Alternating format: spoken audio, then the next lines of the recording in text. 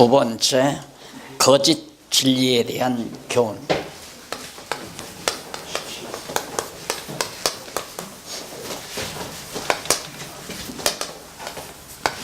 거짓 진리에 대한 경계.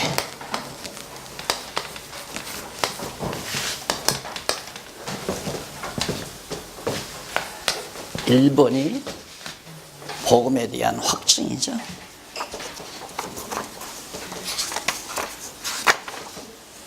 복음 진리에 대한 확증.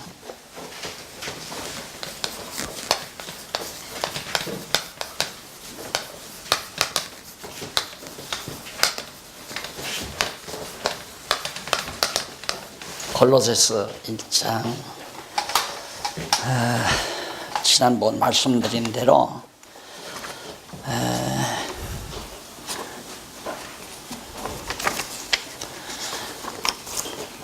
골로새서는 굳건한 믿음의 생활, 어떻게 하면 우리의 믿음이 굳건해서 그 믿음에 의한 생활이 나오는가. 믿음과 생활이 아니라 믿음에 따른 생활입니다. 믿음의 생활. 그러니까 믿음이 있으면 생활이 나온다는 얘기죠. 지금 우리 성경을 바르게 이해하는 중요한 말이죠. 믿음이 생활하게 한다. 믿는 대로 생활한다. 그러니까 생활이 없다는 것은 믿음이 없다는 말과 똑같습니다. 믿음이 있는데 생활이 없다, 그건 안 되는 거죠. 예를 들어서 우리 박 목사님이 날들어 차 한잔하러 나오세요. 그러면 믿어지니까 약속한 시간에 내가 반드시 나갑니다. 그런데 몇 번 내가 박 목사님에게 바람을 맞았어요. 안 믿어지죠. 너나 마셔라 하고 안 나가죠. 왜? 안 믿어지니까 안 나가는 거고요. 믿어지면 반드시 그 시간에 약속한 장소에 나가게 돼 있어요. 그래서 믿음과 생활은 별개의 것이 아니라 동전의 앞뒤와 같습니다. 반드시 믿음은 생활을 동반한다. 자, 그래서 오늘 이제 또 내가 이 그림을 그리지 않을 수 없는 거에 아주 중요한 복음에 대한 확증이죠. 진리가 이거 확실하다. 확실하면 믿어지는 거죠. 그렇잖아요. 확실하면 믿어져요. 그러니까 박 목사님에 대한 내 신뢰가 확실하면 내가 반드시 약속한 장소에 차를 마시러 나온다, 이 말입니다. 예, 확실치 않으면 핑계를 대든가, 바쁘다고 핑계를 대든가, 그렇지 않으면 안 나가버리든가, 너나 마셔라 하고. 이것이 우리의 사고체계거든요. 그러니까 가장 중요한 건 굳건한 믿음의 생활을 하는 데 있어서 매우 중요한 것이 확증이에요. 뭐에 대한 확증? 복음 진리에 대한 확증. 아, 이것이 복음 진리구나. 너무 분명하네. 다시 말해서 예수가 그리스도라는 것이 너무 분명하단 말입니다. 왜? 여호와 하나님 살아계시기 때문에. 진짜 여호와 하나님 살아계시구나. 살아계셔서 모든 만사 만물을 당신의 정하신 뜻을 따라서 어김없이 반드시 이루어 가시는구나. 그래서 예수가 그리스도로 오셨구나. 이게 지금 확실히 믿어지면 견고해진 거죠. 믿음이 이제 견고해지는 거예요. 확증이 떨어지니까. 그러니까 그 다음부터는 이제 생활이 나가는 거예요. 우리 저 가서 잠시 쉬는 응접실에, 목사님 응접실에 가서 보면 항상 기뻐하라, 쉬지 말고 기도하라, 범사에 감사하라, 항상 기뻐하라, 쉬지 말고 기도하라. 그 데살로니가서에 나오는 말씀이 있어요. 그 액자가 있는데, 그게 가능한 얘기입니까? 불가능한 얘기죠. 아니, 지금 당장 아이가 교통사고가 났는데 그걸 어떻게 감사해요? 그런데 성경은 모든 일에 감사하라는 거거든요. 그리고 사람이 살다 보면 슬플 때도 있고 기쁠 때도 있는데 어떻게 항상 기뻐해요? 그것도 말도 안 되는 거고요. 그 다음, 쉬지 말고 기도하라. 어떻게 맨날 예배당에 와서 엎드려져서 그냥 24시간 잠도 안 자고 쉬지 않고 기도를 할 수 있겠습니까? 그런데 복음 진리에 대한 확증만 떨어지면 그게 가능해져 간다, 그 말입니다. 가능해진다. 왜? 되어지는 일이 있어요. 내게서 불리하게 지금 요즘 생활고를 좀 시달린다. 이것도 하나님께서 나를 나되게 하시기 위한 하나님의 섭리의 일환이다라고 확실히 믿어졌을 때는 그것이 괴로움으로 다가오는 것이 아니라 감사함으로 다가오죠. 그래서 믿음의 행위여야만이 이제 항상 기뻐하고 쉬지 말고 기도하고 그게 가능하지. 안 그러면 범사감사란 불가능한 것이다. 그래서 정말 복음 진리에 대한 확신을 심어주는 것은 우리 목사님들이 해야 될 가장 중요한 임무. 목회에 있어서 가장 중요한 임무가 뭐냐? 성도들로 하여금, 찾아온 성도들로 하여금 확신을 갖게 한 복음 진리에 대한 확증을 해줘야 되잖아요. 맞지요? 예. 그렇잖아요. 맞지요? 이렇게 이제 확인하는 그런 작업이 바로 우리 목사님들이 복음을 전하는 방법, 복음 진리를 전하는 방법. 그러니까 문제는 굳건한 믿음의 생활을 하는 데 있어서 첫 번째 조건이 바로 복음 진리에 대한 확증이다. 이건 오늘 오후 시간까지 계속 이 말만 해도 담이 없는 말이에요. 계속 이 말만 해도.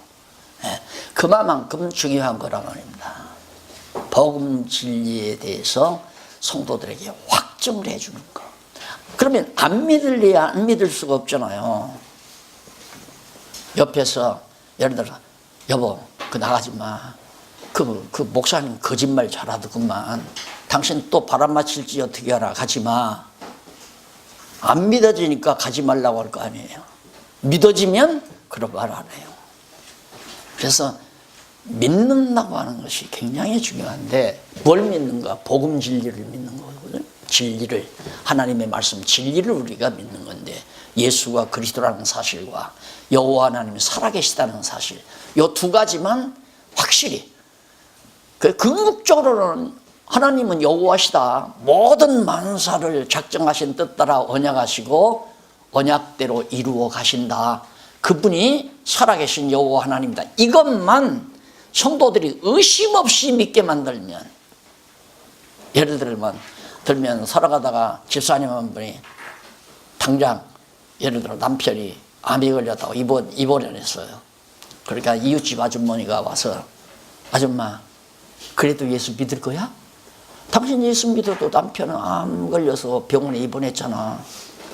확신이 없으면 흔들리죠. 근데 확신이 딱 있으면 하나님께서 우리에게 권고한 날을 주셨구나. 이렇게 확인하고 절대 흔들리지 않는. 무슨 소리야?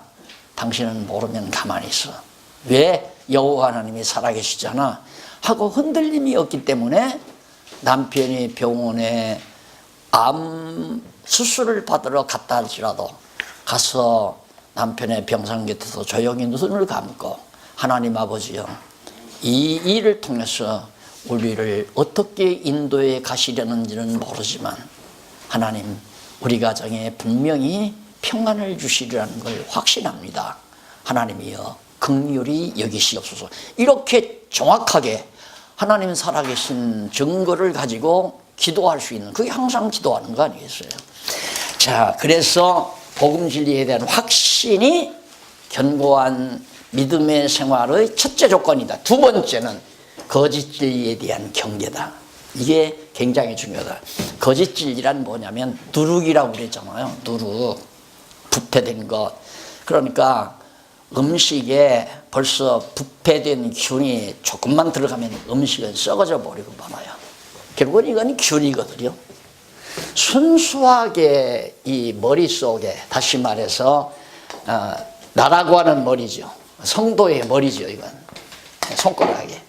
그러면 예수 그리스도에 대한 진리가 이 머리에 순수하게 아무런 부패된 누룩이 끼지 않도록, 거짓 진리가 이 머릿속에 들어가지 않도록, 두뇌에 들어가지 않도록 그렇게 경계를 해야 된다. 왜? 거짓 진리가 내 두뇌를 점령하게 되면 자꾸만 파급이 됐네요. 머리에서 번져간다 이 말이에요. 내 두뇌를 점령해 버린다. 그러면 믿음이 흔들리고 믿음에서 떠난 잘못된 굳건한 믿음의 생활이 아니라 불신의 생활이 이루어질 수밖에 없잖아요. 이웃집 아주머니가 여 아줌마 그래도 교회 다니고 그래도 믿고 살 거야? 그 다 거짓말이야.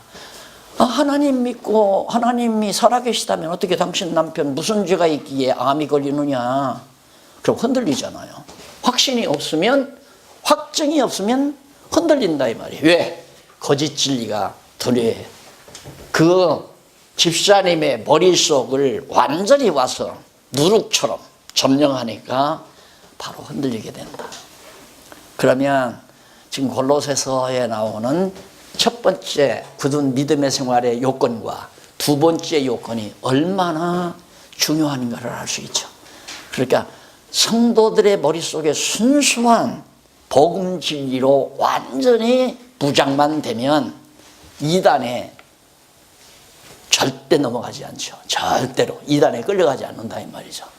그러니까 들어오는 이단을 막을 생각을 하지 말고 이단이 접근하지 못하게 만드는 방법이 바로 굳은 믿음의 생활을 하게 만드는 두 번째 요건이에요. 자, 그러면 어떤 얘기인가를 우리가 한번 살펴보도록 하십시다.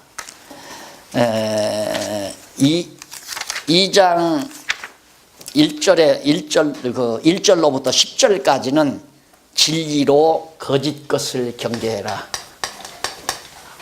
진리로 거짓 것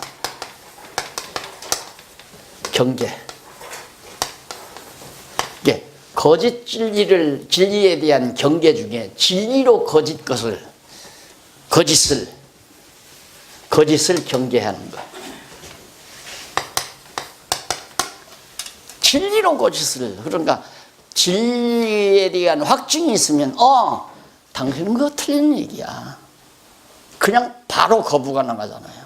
그래서 진리 싸움에서 이긴다는 얘기예요. 그래서 성도들로 하여금 정말 비진리와의 싸움에서 승리하게 만들어가는 것은 믿음의 생활의 주요한 요소로 작용을 한다. 그래서 거기 보면 1절로 5절에 보면 성도들을 위해서 힘쓰는 목적을, 바울이 왜 성도들을 위해서, 그 말이 우리 목사님들이 목회하시느라고 성도들을 위해서 수고하는 목적이 뭔가, 그리고 목적과 그 이유를 지금 사도 바울이 말해요.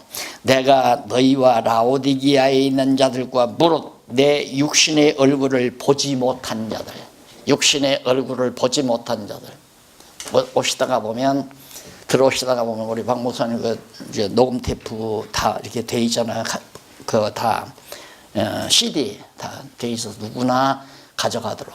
그러면 그 CD가 박 목사님의 얼굴을 알지 못하는 사람들도 들을 수 있는 거죠.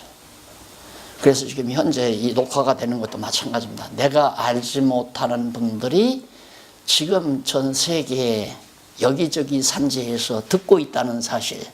나는 얼굴을 몰라요, 그분들을. 왜 그렇게 해야 되는가? 저거 경비 많이 들잖아요.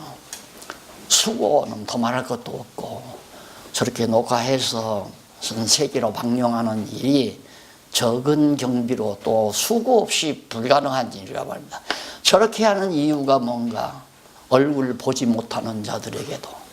우리는 너무 과거에 이제 저런 매체가 없을 때 그냥 성도들을 내 눈앞에 모셔놓고 가리키는 것만 우리 사고가 굳어져 버렸어요. 그게 아니에요. 내 곁에 있는 사람이나 멀리 떨어져 있는 사람이나 얼굴을 보지 못하는 사람에게도, 며칠 있다가 지금 번역 후원회가 모이거든요. 저 전남에서 모이는데, 뭐 때문에 그분들이 책을 번역해서 무엇 때문에 냅니까? 언어가 소통되지 아니하는 이방인들에게도, 다른 타국인에게도 이 복음의 메시지가 전파되게 하려는 간절한 소원 때문에 모이는 거 아니겠어요? 자, 그러니까 얼굴을 보지 못한 자들을 위하여 이렇게 힘쓰는 것을 너희가 알기를 원하노라. 내가 지금 감옥에 들어가면서까지 이렇게 복음 전하는 데 힘을 쓰고 있지 않느냐? 이걸 너희들이 알아야 된다. 왜냐하면 이는 2절 저희로 마음의 위안을 받고 이 복음을 듣는 자들로 하여금 마음의 위안을 받고 사랑 안에서 서로 연합해서 원만한 이해의 모든 부요, 충분한, 원만한, 그 말은 가득 충분한 진리인식의 하나님의 말씀을 깨닫는 것으로 부요해서 하나님의 비밀인 그리스도를 깨닫게 하려 함이라. 첫째는 하나님의 아들 그리스도를 깨닫게 하려고. 그 말은 그리스도를 깨닫게 하려고 하는 건, 그리스도를 깨닫게 하려면 창세기부터 요한계시록까지 다 가르쳐야 되잖아요.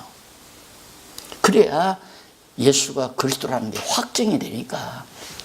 복음 진리에 대한 확증을 갖게 하려면 창세기로부터 요한계시록까지. 내가 요즘 지금 강론집 1권이 품절이 돼가지고 이제 최종판 내기 위해서 다시 손질을 하는데, 창세기 그저 한 11장 정도까지만 딱 봐도 목사님들은 요한계시록으로 확 관통되는 그런 느낌을 받도록 그걸 지금 여러 주간에 걸쳐서 손질하고 해서 정리를 하는데, 그렇게 돼 있어요, 성경이.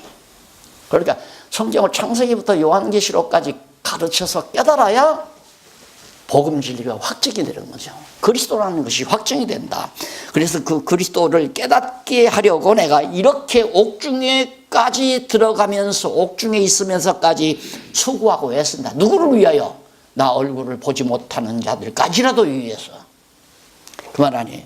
그러면서 3절 그 안에는 지혜와 지식의 모든 보화, 바로 이 이상의 보화는 없어요.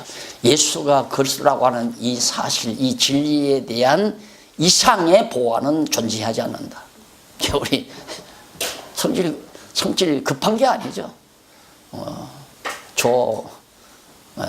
조원구 목사님 이 말씀, 목사님들 가운데 목사님들 가운데, 물론 그 전에 제 주변에 있는 목사님들을 알긴 알았지만 모르는 목사님들 가운데 최초로 접근해서 이 말씀 딱 접하고 나더니만 아마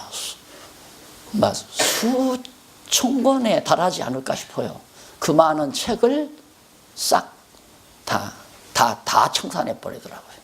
그래서 그거 이제 도서관 만약에 지켜두면 쓰려고 다 실어다 놨습니다만은, 10,000권, 10만 권을 보더라도 이 성경에 기록된 진리는 절대 감당할 수가 없어요. 오늘 아침 신문에 보니까 물리학 연구소에서 발표를 했는데 10만 분의 1 차이로 있는 것과 없는 것이 결정된다 이거예요. 그러니까 예를 들어서 눈으로 확인할 수 있는 것을 10만 조각을 내서 하나로 되면 거기서부터 있다 없다가 결정된다는 거죠. 신비한 거 아닙니까? 그러니까 성경은 벌써 그거 다 정리하고 있거든요. 누가 그렇게 하는가? 하나님이 그렇게 하신다. 그런데 그 학자들은 왜 그렇게 되는지는 모르겠다 이거예요. 왜 그렇게 해서 이렇게 우주가 폭발했다고 또 그따구 소리 하더라고요. 왜? 저 세상으로 가버린 그 양반이 한번 호킹 박사가 해놓고 가니까 그 밑에서 그냥 어물에 모여서 아는 척 했던 사람들이 그대로 그거 전통 이어가지고 폭발해서 이거 만들어졌다 이렇게 나온 얘기죠. 근데 성경하고는 감당이 안 돼요. 성경하고는. 그래서 그 무엇인가 가운데 생명이란 무엇인가 그걸 좀 잘 정리해 보시면은 아마 정확하게 우주의 기원도 잘 나타나 있고, 또 이번에는 이제 좀 약간 심오하게 창세기부터 기록할 때 바로 그런 흐름을 잘 이해할 수 있도록 그렇게 한다고 노력해 봤습니다. 그러니까 성경 이상의 진리는 없어요. 그러니까 오죽하면 바울이 그리스도를 아는 시기 가장 고상해서 다 분토처럼 버렸다고 그러잖아요. 분토처럼 다 별것 아니더라. 그리스도를 아는 지식이 최고더라. 이것이 이제 바로 바울이 했던 얘기인데, 자, 그러면서 지식의 모든 보화가 갖추어 있느니라. 내가 이것을 말하면, 이렇게 말하는 것은 아무도 공교한 말로, 거짓말로, 이단들이 하는 말에 그 말이죠. 공교한 말로 너희를 속이지 못하게 하려 함이니. 그러니까 첫째는 목적이 예수를 알게 하려고 내가 이렇게 고생하고 있다. 그리고 그 이유는 거짓으로 넘어가지 않게 하려고, 너희들을 거짓에 넘어가지 않고 공교한 말에 속지 못하게 하려 함이니, 이는, 그 이유는 5절, 내가 육신으로는 떠나 있으나, 감옥에 있죠. 떠나 있으나 심령으로는, 마음으로는 너희와 함께 있어 너희의 규모와 그리스도를 믿는 너희 믿음과 굳은 것을 기쁘게 봄이라. 골로새 교회 성도들이 얼굴은 보지 못하고 감옥에 떨어져 있지만은 성도들이 너무너무 바울처럼 굳은 믿음을 가지고 있다는 걸 알고 있기 때문에 내가 이것을 이렇게 기록하고 있다라고 말하잖아요. 그러니까 처음적인 거짓 진리에 대한 경계를 하면서 진리로 거짓을 경계하는 바울의 서문 내용이 거기 나옵니다. 그 다음 두 번째 보면 2장 6절로 10절에서 그리스도 안에서 굳게 서서 속임수를 주의할 것을 경계합니다. 그러므로 너희가 그리스도 예수를 주로 받았으니, 구주 즉 그리스도로 받았다 이 말이죠. 너희가 그리스도 예수를 주로 받아, 주인으로, 머리로 받았으니, 그 말이에요. 주인으로 받았으니, 주로 받았으니 그 안에서 행하되, 머리 안에서 행하라 이 말이에요. 그러면 당연하죠. 우리가 그리스도와 연결이 되기 때문에 머리의 지시를 따라, 머리가 지시하는 대로 우리는 살아가게 된다. 예수 그리스도가 머리신데 내가 예수님이 내 주인이시다라고 할 때 주인이 나에게 뭐라고 하는가를 항상 주의하고 살 거 아니에요. 예를 들면 예를 들어서 목사님이 비서실 하나 운영한다 하십시다. 그럼 비서실장은 항상 목사님과 인터폰으로 무슨 지시가 내리는가를 늘 기다릴 거 아니에요. 왜? 지시하는 대로 움직이기 위해서. 마찬가지예요. 오늘 우리가 항상 주님의 뜻이 무엇인가를 살펴야 되죠. 우리가 주님의 뜻이 무엇인가, 그 뜻을 성경 말씀을 늘 상고하면서 다시 읽고 또 상고하고 또 읽고 이러면서 생활할 때 주님의 뜻이 내가 진대로 오니까 그 진리에 대한 확증에 의해서 거짓을 배격하고 산다 그 말이에요. 거짓말을 배격하고 산다. 분명히 목사님이 인터폰을 통해서 비서실장이 이렇게 하라고 지시가 왔는데 다른 집사가 있다가 이거 이렇게 해야 될 거야 하고 얘기를 하면 쓸데없는 소리 하지만, 내가 지금 바로 목사님에게 그렇게 지시를 받고 내려왔어. 확실하잖아요. 그러니까 절대 집사가 이래라 저래라 하는 말에 안 넘어가는 거죠. 그와 똑같은 거예요. 지금 제가 너무 자세하게 목사님들에게 고주할 매주할 말씀드리는 것 같지만 너무 나는 이런 데 너무 충격을 받은 사람이라, 와, 진짜 내가 주책 부리고 살았구나. 왜? 교회 하면서 바로 그냥 다 내 말에 성도들이 다 움직이도록 그렇게 하려는 생각을 간간히 우리는 가지고 살잖아요. 그게 얼마나 어리석고 미련하고 가정된 일이었던가를 생각하기 때문에 아주 충격적으로 제가 이 부분을 받아들인 거거든요. 생활 부분이죠. 그러니까 우리 현재 성도들의 가장 갈등은 생활 부분입니다. 생활. 목사님은 이렇게 하라고 그러는데 나는 하기 싫다 이거예요. 거기에서 갈등이 오는 거거든요. 그러니까 이 생활 부분이 정확하게 전달이 되도록 우리 지도자들이, 목사님들이 이런 과정에서 반드시 목회, 소위 양육이죠. 성도들을 키워간다면 이것이 성경적인 진정한 목회죠.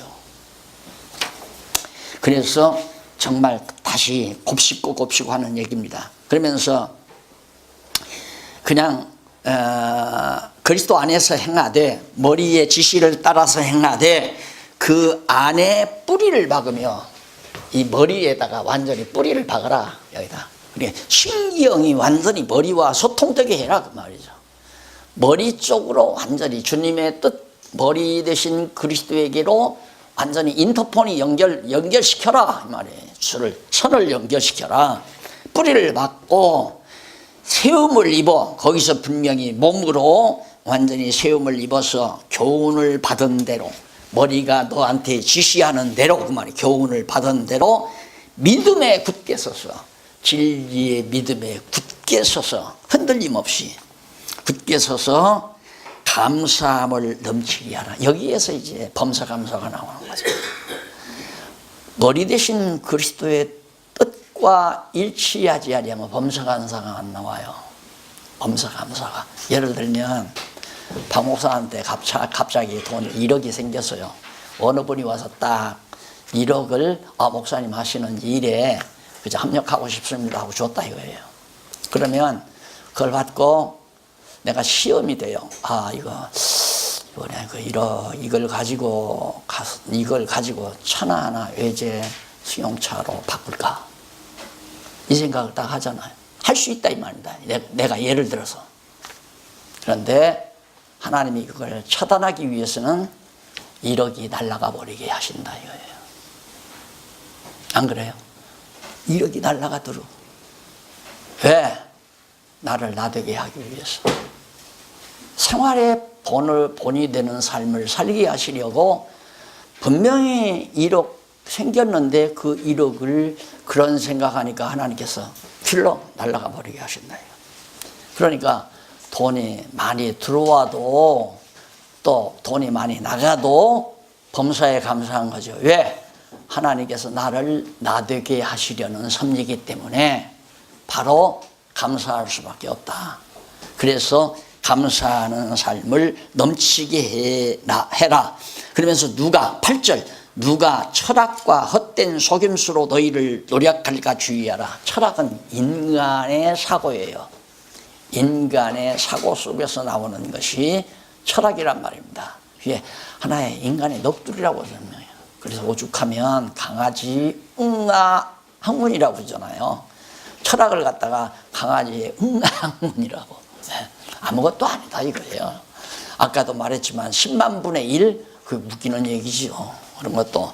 그러니까 그런데 절대 속아 넘어가지 않고 철학이라는 속임수로 너희를 노력할까 주의하라. 이것이 사람의 유전과 세상의 초등학문을 쫓는 것이다.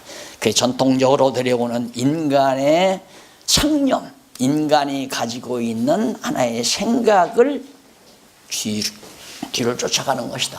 그러나 머리 대신 그리스도의 뜻을 따르는 것은 하나님의 지시를 받아 사는 거고, 철학은 인간 자기 안에서 생각나는 대로 자기 좋은 대로 사는 거고, 그리스도를 쫓는 것이 아니다. 그 철학적인 이론에 따라가면 그건 머리 대신 그리스도를 따르는 게 아니다. 그 안에는 신성의 모든 충만이 육체로 거하시고 너희도 그 안에서 충만하여졌으니 그는 모든 정사와 권세의 머리시라 그러죠. 머리시라. 모든 권세와 능력과 정사가 다 이 머리 대신 그리스도의 소유다 이거예요. 그분의 다스림과 그분의 통치와 그분의 인도 따라서 지령 따라서 살아가는 것이 바로 우리 진리의 확증을 가지고 사는 우리 성도들의 삶이다. 이것이 믿음의 굳은 믿음의 굳건한 믿음의 생활의 실제 문제를 지금 말하고 있잖아요. 정말 이게 성도를 완전히 그리스도의 사람으로 만들어 버리는 일이 우리 목사님들이 해야 될 중요한 일인데 그 최고로 중요해요. 그 이상은 없어요. 내가 볼 때, 성경을 볼 때 여기 바로 이제 뒤 나와요. 인간들이 전부 전통적으로 만들어 놓고 그 전통을 이어가면서 거기에 이제 무게를 싣고 그 안에서 지도자들은 안위감을, 안정감을 느끼고 사는 거거든요. 내 위에는 노예가 있고 그 위에는 총회가 있고, 내가 하지 못하는 일은 노예에다 고발하고, 노예에서 해결한 일은 총회에다 고발해서 내가 내 위치를 내가 확보한다. 그러니까 상당히 든든하잖아요. 인간적인 조직으로 보면. 그게 아니다. 그거 절대 아니다. 그래서 2장 11절로 15절에 보면 도말한 의문을 경계해라. 지금까지는 거짓 진리로 거짓을 경계하라고 그랬고, 여기는 도말한, 없애버린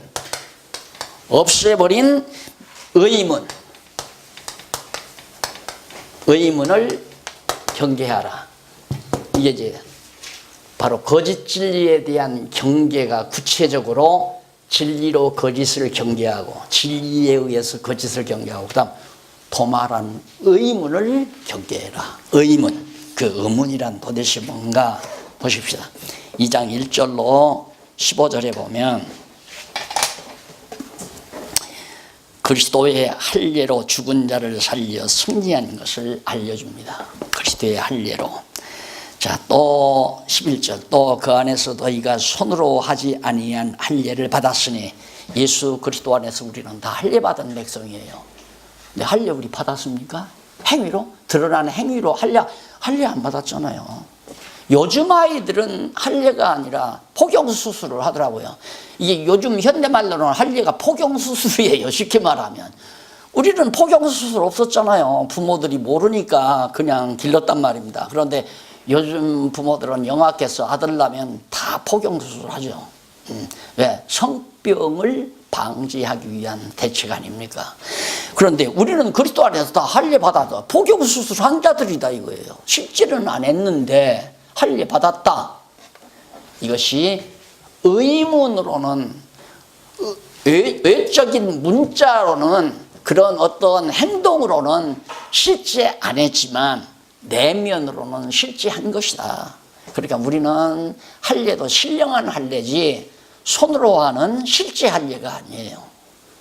모든 게 그렇게 돌아갑니다. 이제 이 신약 시대에는 모든 것이 그렇게. 그래서 거기 보면 12절, 너희가 세례로 그리스도와 함께 장사한 바 되고, 또 죽은 자들 가운데서 그를 일으키신 하나님의 역사를 믿음으로 말미암아 그 안에서 함께 일으키심을 받았느니라. 우리가 이 세례 문제도 혹시 또 목사님들 충격되실지 모르지만 예수님도 세례 안 줬잖아요. 바울도 한 사람에게 세례를 줬고, 그러니까 물로 이렇게 하는 거, 뭐 침례 물속에다가 풍덩 집어넣고 나와라. 침례교인들은 그걸 아주 뭐 생명처럼 지키잖아요. 그래서 침례교인들은 우리 장로교 세례를 인정도 안 하는 또 알보수파들이 있어요. 그래서 장로교인들이 가게 되면 당신 교적이 어디야? 장로교 어디야 된다. 그러면 침례 다시 받아. 그 침례 다시 주잖아요. 그게 다 웃기는 장난들이에요. 알고 보니까. 그런데 우리는 그런 형식에 굉장히 무게를 둔다 이 말입니다. 세례를 주느냐 안 주느냐. 물로 찍어서 대접에다 물 떠다놓고 물로 찍어서 머리에 얹는 것까지도 그것이 뭐 굉장한 무슨 뭐 대단한 것처럼, 사실 세례 받아야 구원하는 건 아니잖아요. 세례 받으나 마나. 외형이 중요한 게 아니다 이 말이에요. 뭐가? 그리스도 안에서 실제로 내 옛사람이 죽고 그리스도의 부활과 함께 내 새 사람이 사는, 거듭나고 중생하는 삶 자체가, 그것이 우리가 받는 진정한 세례다 이거예요. 이게 신령한 쪽으로 다 끌어들어가잖아요.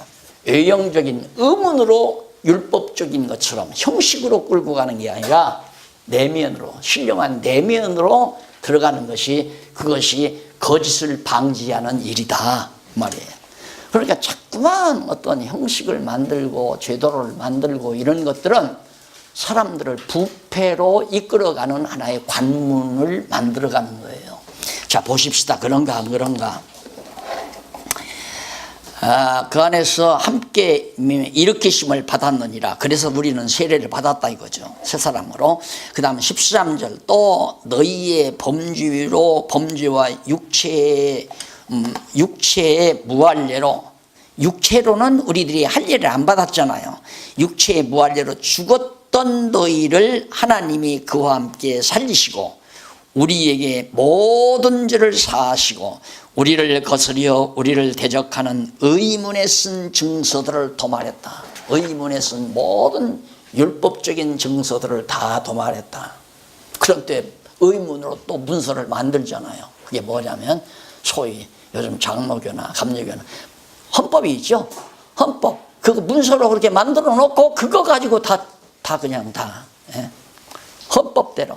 또 헌법 만들어 놓고 목사님들은 헌법대로 안 하잖아요. 성도들만 분리하면 이제 목사님들이 헌법들이 돼서 이제 성도들만 잡죠. 이게 가능한 얘기냐예요. 도저히 불가능한 얘기인데 지금 우리 눈앞에서 그게 벌어져도 지금 제가 이렇게 목사님들에게 말씀을 드려도 목사님들은 그렇게 친구 만나서 얘기 안 하실걸요. 그래서 내가 왜 나만 혼자 해야 되느냐 이 말. 이런 말을 왜 나만 혼자 해야 되느냐. 하도 답답해서 내가 그러면서 솔직히 좀 열을 가했습니다만은 아닌 건 아니라고 해야 되잖아요. 아니에요. 어떻게 하나님이 당신이 쓴 율법도 다 의문의 문서를 다 도말해 버렸는데 어떻게 인간이 또 의문에 쓴 문서를 만들어 가지고 그걸로 성도들을 지도하고 성도들을 다스리려고 하느냐 이거예요. 그건 아니잖아요.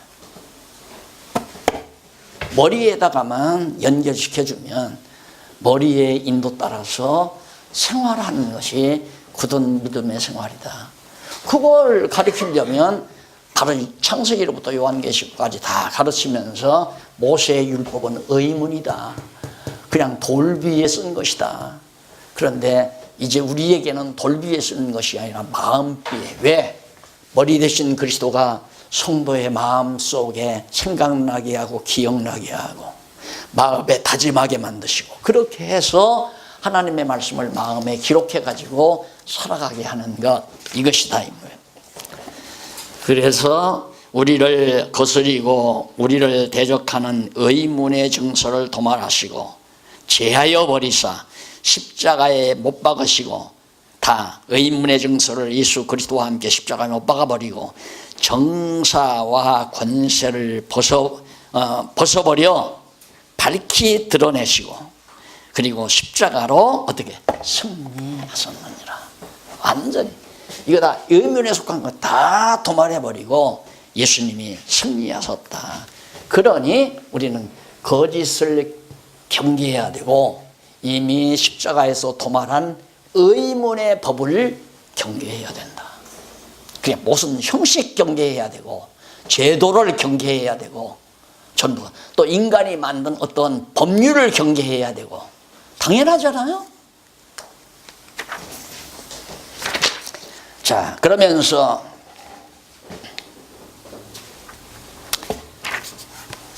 (2장 16절로 17절에) 보면 그림자로 인해 머리를 버리는 일이 없도록 경계해라. 그림자로 인해서. 자, 그러므로 먹고 마시는 것과 먹고 마시는 것, 떡을 먹고 포도주를 마시는 것 똑같은 얘기예요. 먹고 마시는 것 매우 중요하게 생각하잖아요. 먹고 마시는 것과 절기나 부활절, 감사절, 성탄절 이런 절기, 구약시대에는 유월절, 오순절, 맥주절 이런 절기들이 다. 그러니까 그런 먹고 마시는 것이나 누룩 있는 것은 먹지 말고 누룩 없는 것을 유월절에 먹어라, 먹는 거죠. 그 다음 비늘 있는 것은 먹고 비늘 없는 것은 먹지 마라, 이것도 먹는 거예요. 또 새김질하는 것을 먹고 새김질 안 하는 것을 먹지 말아라. 발굽이 갈라진 것을 먹고 갈라지지 아니하는 것은 먹지 말아라. 이렇게 먹고 마시는 것, 이런 것과 절기나 월삭, 구약시대죠. 안식일, 여기 분명히 나와요. 안식일을 인하여 누구든지 너희를 평노자지 못하게 하라. 왜? 골로새 교회 성도들은 상당히 수준이 좀 올라섰던 것 같아요. 바울의 말을 보면 벌써 이거 다 초월해 버린 거예요. 절기라든가 안식일이라든가 무슨 뭐 먹고 마시는 것이라든가 이런 것들을. 그런데 현대교회는 뭐 술 먹지 말아라, 담배 먹지 말아라. 물론 건강에 안 좋으니까 안 먹을수록 좋죠. 그런 것이 신앙의 기본 조건으로 그렇게만 강조를 하고, 안식일 빠지지 말아라. 주일은 현대판 안식일이니까, 안식일은 절대 하나님의 날이니까 이날 도둑질에 먹지 말라. 이런 식으로 참 너무 답답하잖아요. 그런 것으로 절대 골로새 교회 성도들, 너희들은 편론하지 마, 편론받지 말아라. 왜? 너희가 지금 옳은 것이다. 너희의 굳은 믿음의 생활이 옳게 지금 해가고 있는 것이다. 먹고 마시는 것도 초월해버리고, 그리고 그 다음 절기를 지키는 것도 초월해버리고, 안식일 지키는 것도 초월해버리고, 너희 신앙이 그것이 진짜 제대로 된 신앙이다. 자, 그래서 제가 이제 이렇게 내용이 항상 제 마음의 배경이 깔리다 보니까 때로는 목사님들에게 강의하면서 그런 내용에 의해서 그냥 너무 오버해가지고 표현하는 때가 종종 내게 있어서, 가끔은 제가 하고도 아이고 앞으로 다 나올 건데 미리 내가 선수를 쳤구나, 이런 생각을 많이 합니다. 너무 분명하잖아요. 너무 확실하고. 그래서 제가 이런 얘기를 해요. 요즘에는 좀 젊어서는 하나님의 말씀을 내가 이용했더라고요. 그러니까 하나님의 말씀을 내가 깨닫고 내가 나를 위해서 그걸 이용을 하더라고요. 나는 이렇게 깨달았다. 그러면서 내가 위대하게 되고 내가 좀 잘난 척하고 아는 척하기 위해서 이용을 했더라고요. 젊은 날에는. 그런데 한 60대 전후반쯤 되니까 이용을 하는 게 아니라 그 진리 안에 폭 빠져버리더라고요. 그 진리 안에 완전히 빠져버려요. 이용할 생각도 없는 거죠. 그냥 너무 그 진리가 확실하고 분명하니까 거기에 푹 빠지더니만, 이제 80대 전후반쯤 되니까 지금은 좀 용서하십시오. 자랑이 아니라 말씀이 나를 사로잡아 버려요. 말씀이 나를 이용한다 이 말이에요. 그게 완전히 말씀의 종이 되는 거죠. 그러니까 그 말씀에 의해서 사라지고 말씀에 의해서 생각하게 되고, 내가 말씀에 완전히 사로잡힌 바 되어버리는, 그러니까 이용하다가 푹 빠지다가 나중에는 완전히 사로잡힌 바 되더라. 그래서 이런 내 모습을 내가 이렇게 살피면서 너무 젊은 사람들에게 너무 과도한 요구는 독약이로구나 해서, 이렇게 해야 됩니다, 저렇게 해야 됩니다라는 말을 제가 많이 생각을 하죠. 네, 성경을 보면 너무 분명하고 확실하니까, 아니 이 세상 천년 만년 살 것도 아니고, 사실 한번 태어났다가 진리를 깨닫고, 왜 옛날 불신자 성인들도 그런 얘기를 하잖아요. 아침에 도를 깨달았고 저녁에 죽어도 여한이 없다. 아침에 진리를 깨달았으면 저녁에 죽어도 여한이 없다. 그러니까 이 진리를 깨닫고 진리에 완전히 쓰임을 받다가 죽는 것만큼 가장 행복한 삶은 없잖아요. 나는 그 이상의 행복이 없다고 생각하니까, 최고의 행복은 완전히 진리의 노예가 돼서 살다가 하나님께 가는 것 이상 더 중요하고 값진 일이 없다고 그렇게 생각을 하기 때문에, 오늘 목사님들 지금 한 60대 전후반 되시는 분들 이제 많이 계신 것 같은데, 이 진리 안에 푹 빠져가지고 살다가 보면, 아유 내가 살면 몇백 년 몇만 년 사냐, 할 얘기하고, 할 얘기하는 것은 완전히 이분이 시키는 대로 하는 거예요. 머리가 하라는 대로 할 수밖에 없는, 그게 믿음의 생활이니까, 굳은 믿음의 생활이니까. 그래서 거기 보면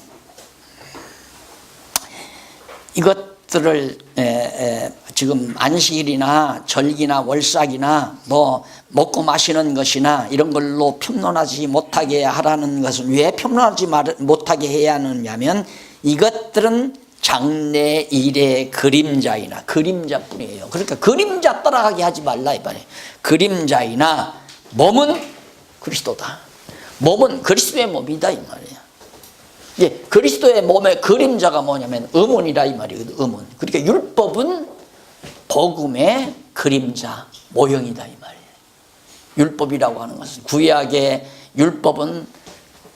율법은 바로 예수 그리스도의 그림자. 실체는 예수 그리스도가 실체의 몸이시고 그 그림자를 자꾸만 따라가게 하면 되겠어요? 몸을 따르게 만들어야지. 그래서 이것들은 장래일의 그림자이나 몸은 그리스도의 것이니라. 그리스도의 것. 우리의 몸은 예수 그리스도의 것이다. 누구든지 일부러 겸손함과 천사 숭배함을 인하여 너희 상을 빼앗기지 못하게 하라. 자꾸만 뭘 보이는 걸 숭배하게 하고 보이는 걸 보여주려고 하고 보이는 걸 시해가려고 하고 이게 이제 바로 자꾸 교회 안에서 의식을 만들고 형식을 만들고 하는 거죠. 이런 형식도 만들고 저런 형식도 만들고 지난번에 말했듯이 뭐 소위 주일날 예배라 해서 예배 순서 안에 중보 기도라고 하는 순서도 하나 넣어보고 그래서 중보 기도 다 이렇게 강남의 압구정동 그 유명한 교회에서 실시한 건데 그게 실시하다 보니까 전국으로 확 퍼져버렸어요. 중보 기도라는 게. 그게 효과가 좋은 게 뭐냐면 전부 그 돈 많은 사람들이니까 일주일 내내 다 건전하지 못한 생활을 하잖아요. 그래도 교회로 온다 이 말입니다. 그러면 목사가 딱 그들을 위해서 하나님 아버지 우리는 지난 한 주간에도 하나님이 원치 아니하는 생활에 빠져서 다 죄의 종로로 하고 살았습니다. 이제 중보 기도를 드리오니 하나님께서 모든 죄 용서해 주시고 자비와 긍휼을 베푸시옵소서. 그러면 그런 분들이 딱 지금 마치면 지금 골프채 들고 골프장 갈 거거든요. 그래서 마음에 편안을 줘가지고 맘 놓고 안식일 날이라고 하는 주일날도 오후에는 골프장으로 가게끔 8시 예배, 9시 예배 일찍 그럼 아니면 이제 6시 예배 소위 그렇게 만들어서 사람들의 비율을 맞추고 하면서 그 짓을 했다 이 말이에요. 그게 다 인간이 편리대로 만들어가는 것들 의문에 속한 거란 말입니다. 그래서 거기 보면 누구든지 일부러 겸손하고 천사 숭배함을 인하여 너희 상을 빼앗지 못하게 기업, 상이라는 기업을 말하는 거예요. 하나님 나라의 기업을 빼앗지 못하게 하라. 저가 그 본 것을 의지하여 눈으로 보는 것을 의지해서 그 육체의 마음을 쫓아 헛되이 과장하고 형식과 제도로 과장을 하고 머리를 붙들지 아니하는지라. 진짜 머리 대신 그리스도를 붙들게 만들어야 하는데 자꾸 형식에 치우치게 하고 이게 아니단 얘기죠. 그러면서 온 몸이 머리로 말미암아 마디와 힘줄로 공급함을 받고 머리로 말미암아 각 마디 각 지체의 모든 마디마다 힘줄로 연결해서 마디와 힘줄로 연결을 해서 공급함을 얻고 연합하여 하나님이 자라게 하심으로 자라나느니라. 교회는 그래서 진정한 참교회는 하나님이 자라게 해 가신다. 이 아이들 지체 부자유자 보면은 어떤 지체 부자유자는 오른다리가 전혀 자라지를 않아요. 전혀. 왼다리는 잘 자라네. 왜? 머리가 왼다리로 오른다리로 정상 공급을 안 해주니까 자라지 않는 거죠. 왼다리는 잘 자라는 게 뭐냐면 글로는 정상적으로 모든 마디를 통하여 힘줄을 통하여 신경을 통해서 공급이 되니까 피가 공급이 되니까 제대로 자라는 거고 마찬가지로 교회다운 교회의 성장은 바로 머리에게 연결을 시켜줘야, 성도로 하여금 머리와 연결되게 만들어 주어야 교회가 제대로 건강하게 굳은 믿음의 생활을 하도록 자라난다 하는 얘기입니다. 한 꼭지를 더 이따 쉬었다가 20절로 23절 계속 하도록 하고 오늘 차 한잔 하십시다.